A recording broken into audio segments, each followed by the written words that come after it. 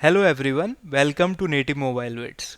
In today's video, I'm going to explain you about Jetpack Compose recommended architecture. So as we are starting our development in Jetpack Compose, this is the basic architecture which we can follow inside our applications. We should divide our application in at least two layers. One will be UI layer and another one will be data layer. One application can contain only two things, UI and some data. So if you are following this series and you have seen the previous video, you know that we have developed these screens inside our previous videos, right? Now these screens can have two things. One, we have these composable and this design.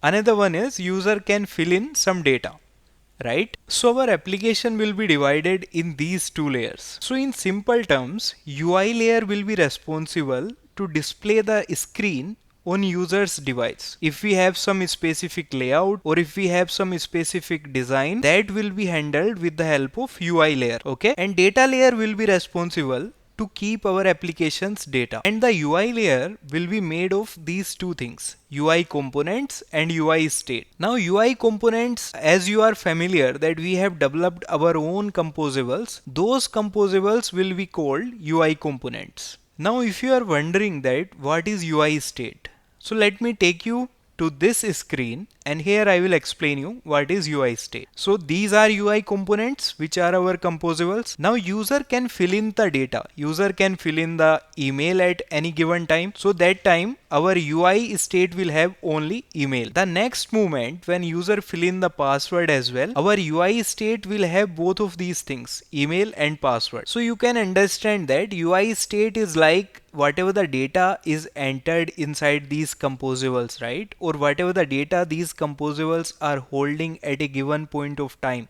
that will be called the current UI state, okay? Now the second layer, our data layer, this will have some kind of view model or some kind of class where we will store this current UI state, okay? One simple screen inside a Jetpack Compose application will have some composables. Those composables will be called UI components. Now user can fill in some data inside these composables. That data at a given point of time will be called a current UI state.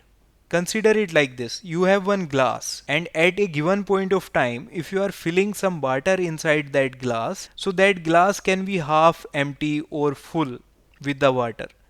So that is like the state of the glass. So we can say that at a given point of time, glass is half empty. That is the current state of that glass.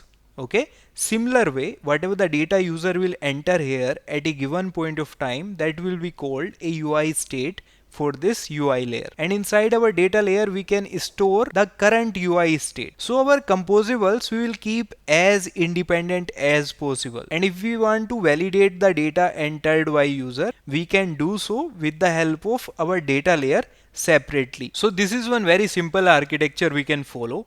And don't worry, I will show you in code that how we can achieve this. And then you will be able to understand it completely. Okay, so let's start today's video. And we are going to follow the proper production practices from today onwards. So we'll be following GitHub practices as well while we are developing any feature inside our application. Okay, so as we are going to implement some basic architecture, so we are going to create one new branch. Okay, and we will call this as, and there are many naming conventions to name your GitHub branch. We can follow with the help of username / feature name. Okay, so we'll just write Sachin / architecture. Okay, this will be our basic branch. We'll code here and then we will raise a pull request to our master branch. And if you are not very sure about Git, how we can use Git via our Android Studio itself, you can check out this video, Git for Android developers, and you will be able to use GitHub from terminal, and it will be very helpful for you because I highly recommend that you use GitHub via Android Studio terminal itself. Okay, so the first thing first, we need one data layer, right? So for that we need to use ViewModel, and to use ViewModel we need to add the dependency first. Okay, so we'll go to the build.gradle, and inside build.gradle we will add the ViewModel dependency. To use ViewModel we are going to use this dependency. Okay, and as we are using Kotlin DSL, we will just add it like this. Okay, now we are going to sync this project, and once our project is synced, we are ready to use ViewModel inside our project. And now to create a ViewModel, first of all we will create one data package. Okay, this will be representing our data layer, and inside this we can create one class, and let's say we call it as login ViewModel. Okay, we will add one empty constructor, and then this will be our ViewModel class. Here we can add all the data related to our UI layer. Okay, and let's see our application. Okay, so now we need to create one UI state for this screen. Okay, so we will just go to our data package, and we will just create one Kotlin file. We will name it as registration UI state. Okay, this will be one normal data class,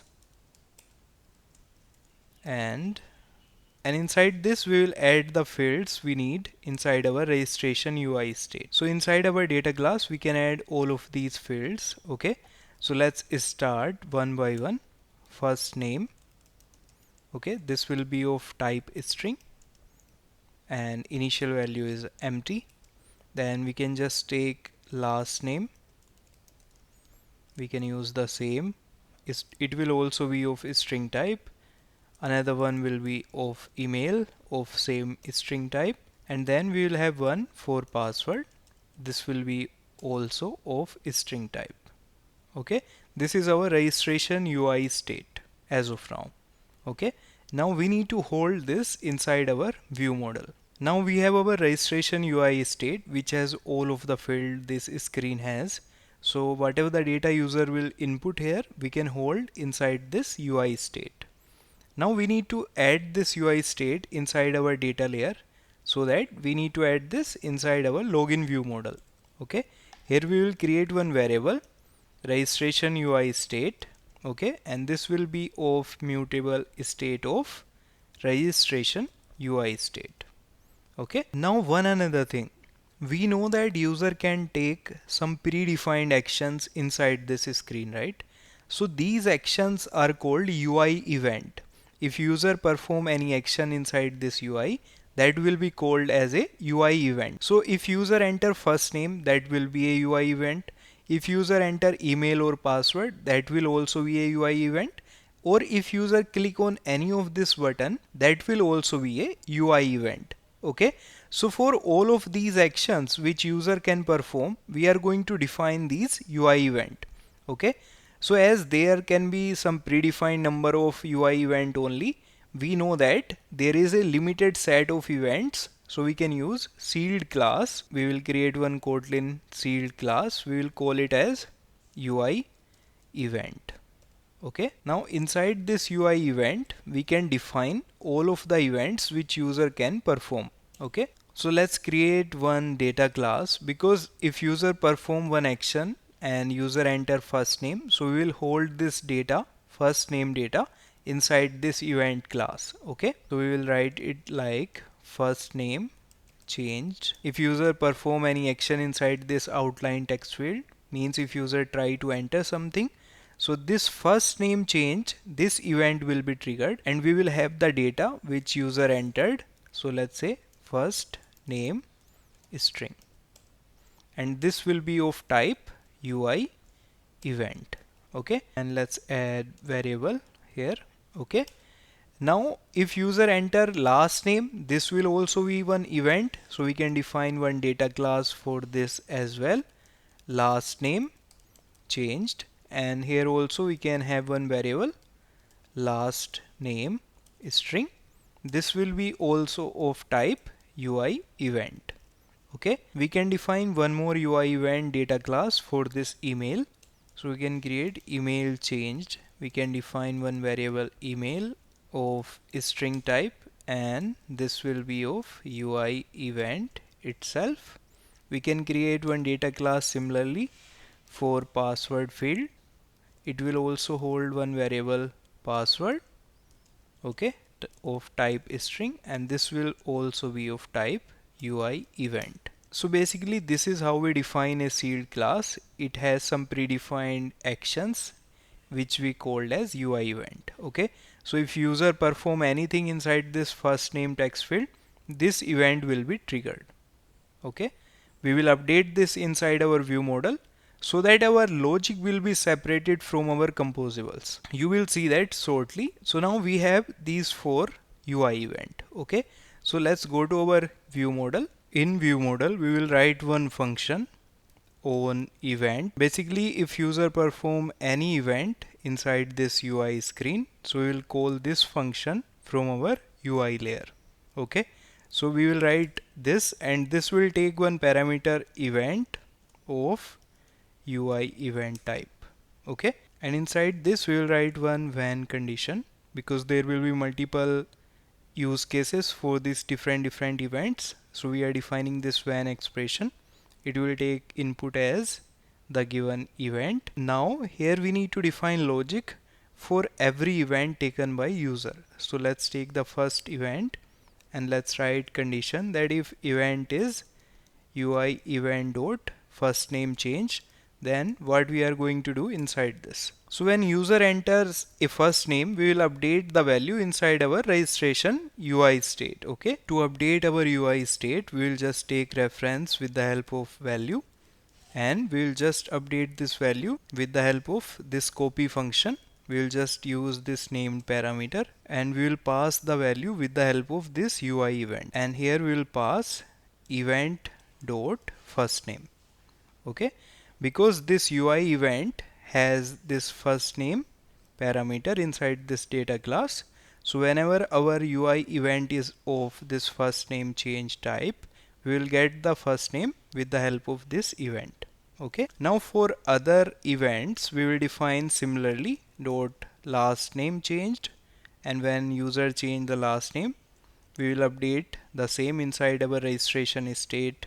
Okay, we will do the same thing dot value dot copy, and we will update the last name with event dot last name. Okay, same thing we need to do for UI event dot email changed. If user enter email, we need to update our UI state value similar way dot copy email, and we will just take this from our event. For password also we need to update the registration state. Okay, so we can just take this and we need to update password. Event will be having the password value. Okay, so you understood, right? This is our sealed class, and all of these events are having the respective value. If user took any action and entered the first name, this event will be triggered. This event will have the value as well entered by user, and inside our own event function we will just update the value entered by user inside our registration UI state. Okay, now we have our different events and we have the respective logic as well. So we will just go inside our sign up screen and we will start writing the logic to update our registration UI state. So as of now we don't have any callback here that if user enter any first name or any other value, so that we get a callback here. Okay, to get a callback we can update our component little bit. We can just add one high order function on text changed string of unit. Okay, so basically whenever our text is changed, we will just pass a string as a callback inside our screen. Okay, so now we have this on text change, but we will update the value as well whenever user is updating the value, right? So whenever user enters the value, we come inside this on value change function. So we will just update the value here as well on text changed, and we will just pass this value it. So now whenever user enter anything inside this first name, now whenever user enter anything, on value change will trigger, and inside this our function high order function will also get triggered on text selected, and it will also take the value which is entered by user, and then we can get the callback for this inside our screens, right? So inside our my text field component, now we can add own text selected as well. Okay, so now whenever user enter a first name or any value inside any text field, we will get a callback here. Okay, so first of all, let's add the same callback inside all of these text field. Okay, inside our email as well, own text selected. All right, now we are getting the callback for all of these values. We need to add the same thing inside our password text field component as well. So we can just take this, and inside own value change, we can just pass the value whatever is entered by user, and then we will be able to access inside screen. Okay, here also own text selected, callback will be present now. Okay, now every text field has one callback. Whenever user enters anything in any of these text field, we will get one callback. Okay, now we are at a stage that if user is entering anything, we are getting one callback. Now our composable should be able to tell ViewModel that ViewModel, please listen to me. User has entered some value. Please update the UI state. ViewModel has this UI state, right? Our composables has the data. Now these composables want to pass the data to ViewModel. Okay, so first of all, we need to take reference of this login ViewModel inside our sign up screen. So inside our composable, we can just use this and we can initialize it with ViewModel. Okay, this is basically one composable, and this will just create the respective ViewModel for us. Okay, now we have one reference for our ViewModel. So whenever user is entering any text, let's update the value of our state which is inside login ViewModel. Okay, so to do that, we need to call this function onEvent, and we need to pass the respective event performed by user. Okay, so to do that, we will just come to this my text field component, and here we will use login ViewModel reference, and we will call this function onEvent, and inside this we will pass this event first name change. Okay, and we will pass the value which is coming from this function it. Okay, same thing we need to do for other fields as well. We will pass UI event dot last name change and the value. We will just take the same thing for email as well. We will just use login ViewModel dot on event UI event dot email change, and we will pass the value.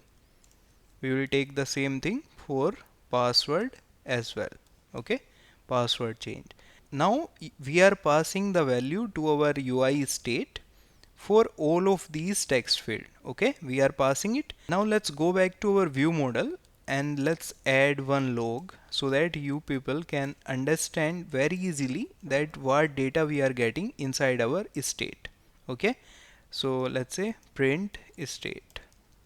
This is one temporary function I am adding, and inside this function let's add one log with the help of tag. Okay, so we can just define one tag here.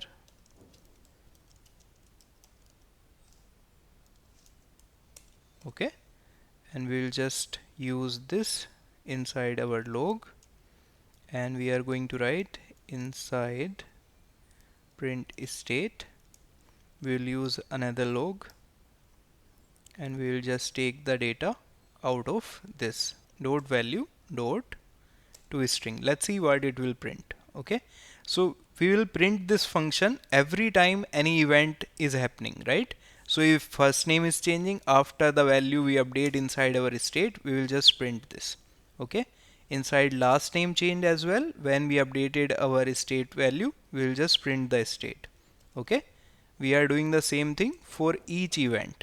Okay, now let's run our application, and then we will see that is it working as of now or not. Are we updating our state correctly, and are we getting the value as well? So now let's try to enter some data inside our device. So we are entering Harry Potter. So the moment we start entering the data, our state started getting the updated value. First we entered only one letter, so our state also updated the same time, and so on. Our state is updating and having the latest data. Now let's enter last name as well. Okay, Now our state has two things, first name and last name. Okay, let's enter one email as well, harry@hogwarts.com. So now our state has three things, first name, last name and email. If we enter password as well, now we have all the data. Okay, now let's try to define some more events if we click on these buttons and all, right? And let me commit these changes for now. So we have added data layer. So I'm just committing implemented data layer with UI events and view model. Okay, and I'm going to push this to this branch. Okay, do we have any other file? Okay, we have updated our components as well. Updated text field component with callback when user enters some text. Okay, and then I have used this in login and sign up screen as well, so we'll commit this as well using view model to update registration UI state. Okay, and everything will be pushed to master. Okay, now we need to add one event if we click on this registration button. Okay, so for this we will just go to UI event class. As we don't want to pass any data inside this, so this we will just use as object. Why we don't want to pass data? Because all of this data we already have inside view model in UI state. Okay, so here we are just using object register button clicked, this one, and this will be of type UI event again. Okay, now we will take this inside login view model. We will just add is UI event dot register button clicked. That means if this button is clicked, inside this we will add one logic to validate the conditions. Okay, so let's say inside this we just write one function sign up. Okay, and this function will also have one validation check. Okay, but for now let's just use one log statement inside this. Okay, so we'll just write inside sign up. Okay, and inside sign up we will also print the current state. Okay, so let's just run our application and we will see that if our sign up event is also working fine. Okay, our application is installed. Now let's just enter some data, Sachin, and we'll just go to the last name Rajput and we'll just enter one email. Okay, and I will just enter password as well. Okay, and then we'll just go to locate, we'll clear everything and let's click on this register button. Okay, so we are not getting any callback when we click on this register button. That's because we don't have any callback here and we are not updating our view model state. Okay, we are not passing this on event function when we click on this button. So for that, first of all we need to pass one callback. Inside this we will just add one high order function, let's say on button clicked, and this will not return any value and it will be of type unit. Okay, so we'll just take this and inside on click, which is actually this button callback for click event, we will just use on button clicked dot invoke. Okay, means whenever this button will be clicked we are just passing this high order function, and now inside our sign up screen we can just use this to get the callback on button clicked. Okay, so we will be coming inside this on button clicked whenever we click this register button. Here we can use our login view model and we can just use on event function. here we can use this onEvent function, and we need to just pass this registration button clicked. Okay, so we can just pass UI event dot registration button clicked. Now let's run our application, and this time we will get our callback. Okay, now let's run our application, and now we will be able to get the callback, hopefully. Let's see. Okay, let's clear everything. Our application is installed, and let's enter some value, Ron, and for last name we will add Weasley. For email we will add ron@hogwarts.com, and for password let's enter 1234. Okay, and then we'll click on this register button. Okay, so before that we are having all the data inside our registration UI state. We have name, email and password. Let's clear this, and let's click on register button. Okay, the moment we clicked on register button, okay, so we came inside this event.